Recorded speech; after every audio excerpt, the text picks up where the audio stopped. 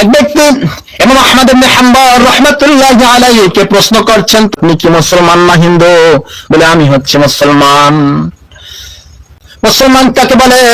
বলে মুসলমান বলা হয় যারা আল্লাহকে এক মানে, রাসূলুল্লাহ সাল্লাল্লাহু আলাইহি ওয়াসাল্লাম আল্লাহর রাসূল, তারপরে আর কোন নবী আসবে না। পূর্ববর্তী সমস্ত নবীকে নবী হিসেবে মানে, রাসূলদেরকে রাসূল হিসেবে মানে, আল্লাহর প্রেরিত সমস্ত কিতাবকে মানে, তারা হচ্ছে মুসলমান। বলে আপনি কি? আপনি যে আল্লাহ তাআলাকে মানছেন, আল্লাহ যে একজন আছে তার প্রমাণ কি? হযরত ইমাম আহমদ ইবনে হাম্বল রাহমাতুল্লাহি আলাইহি বলেন, হ্যাঁ আমি প্রমাণ পেয়েছি, আল্লাহ যে একজন আছে আমি তার প্রমাণ পেয়েছি। কারণ আমি দেখেছি পৃথিবীর বুকে এমন একটি আল্লাহ তাআলা ঘর দিয়েছেন, এমন একটি বিল্ডিং দিয়েছেন যে বিল্ডিংটা পরিভাগ হচ্ছে রূপার, তার ভিতরে আর একটি ঘর রয়েছে, আর একটি রুম রয়েছে, সেই রুমটা হচ্ছে স্বর্ণের। কিন্তু ব্যাপারটা আজব হচ্ছে এখানে যে রূপার চতুর্দিকের বিল্ডিংটার যে কোনো দরজা নেই, কোনো জানালা নাই, কোনো ফাঁকা নাই, কোনো ফুটা নাই। আবার তার ভিতরে রয়েছে একটি কোঠা, সেই কোঠারও কোনো ফাঁকা নেই, ফুটো নেই, কোনো দরজা নেই, কোনো জানালা নেই। ভিতর থেকে একটা প্রাণী বের হয়ে আসলো। আজব আশ্চর্য ব্যাপার, প্রাণীটা বের হয়ে সে সুন্দরভাবে খেলা করে, দৌড়াদৌড়ি করে, কোনো ভয়ানক কিছু থাকলে দৌড়িয়ে মায়ের করে চলে আসে। সে কেমন জানে ভিতর থেকে সমস্ত কিছু ট্রেনিং দিয়ে আসছে। আশ্চর্য হয়ে গেলাম, এরকম ট্রেনিং কোথা থেকে পাইলো? ভিতরে কোনো জানলা নেই, দরজা নাই, ওর ভিতর সে কিভাবে বসবাস করেছে, ওর ভিতর কিভাবে থাকলো, আবার কিভাবে ওখান থেকে বের হয়ে আসলো, তার জানটাও বা কোথায় ছিল, আলো বাতাস বা কোথায় কিভাবে হলো, তাকে ট্রেনিং বা কে দিল? আমি তখন বুঝতে পারলাম এর মধ্যে একজন ট্রেনিং দাতা আছে, তিনি আর কেউ না, তিনি আল্লাহ। ক্বালা রাব্বুনাল্লাযী আ'তা কুল্লা শাইইন খালাকাহু সুম্মা হাদা।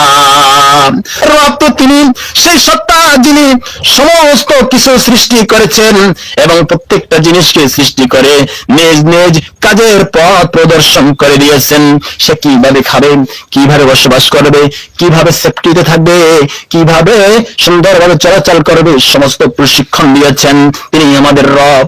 তখন ওই নাস্তিক লোকটা আশ্চর্য হয়ে গেল, পৃথিবীর বুকে এমন কোন বিল্ডিং নাই যে বিল্ডিংটা হচ্ছে রূপার, আবার এমন কোন বিল্ডিং এর মধ্যে এমন কোন রুমের কথা শুনি নাই যে রুমটা হচ্ছে স্বর্ণের।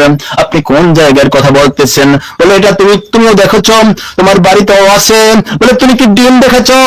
ডিমটার চতুর্সাইডটা হচ্ছে রূপার, তার ভিতর কোনো জানলা নাই, দরজা নাই, আবার ভিতরে একটা কুসুম রয়েছে, সেই কুসুমটা হচ্ছে স্বর্ণের কালার, যেখানে কোনো জানলা নাই, দরজা নাই।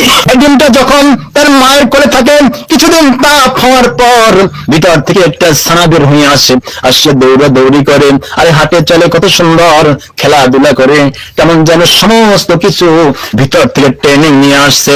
আশ্চর্য ব্যাপার, ভিতরে ট্রেনিং কে দিয়েছে? কে তাকে আদার খাওয়ান শিখে, কে তাকে দৌড় শিখাইছে, কে তাকে বুদ্ধিমত্তা দিয়েছে, কে তাকে ভয় ভীতি সময় পলায়ন করতে হয় এগুলো শিখাইছে।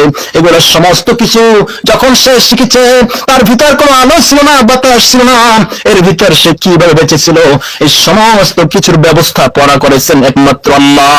আমি এটা বুঝেছি যে এর ভিতর অবশ্যই একজন সত্তা রয়েছেন, তিনি হচ্ছেন কে? বলেন আল্লাহ। আল্লাহু আকবার।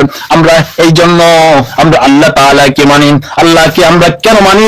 যে তিনি আমাদেরকে সৃষ্টি করেছেন, শুধু আমাদেরকে নাম আমাদের বসবাসী উপযুক্ত করেন, একটা পৃথিবীকে সাজাইছেন আমাদের বসবাসের উপযুক্ত করে, তিনি চাঁদকে সাজাইছেন আমাদের বসবাসের উপযুক্ত করে, তিনি সূর্যকে সাজাইছেন আমাদের বসবাসের উপযুক্ত করে, তিনি গাছপালাকে সাজাইছেন আমাদের বসবাসের উপযুক্ত করে, তিনি নদী নালা সৃষ্টি করেছেন, এই সব কিছু সৃষ্টি করেছেন আমাদের জন্য।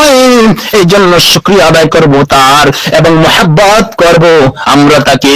ইন কুনতুম তুহিব্বুনাল্লাহ, যদি তোমরা আল্লাহকে ভালোবাসতে চাও, আল্লাহকে আমরা এই জন্যই ভালোবাসবো যে তিনি আমাদেরকে সৃষ্টি করেছেন এবং বসবাসের উপযুক্ত করে তিনি পৃথিবীটাও আমাদেরকে দান করেছেন। আলহামদুলিল্লাহ।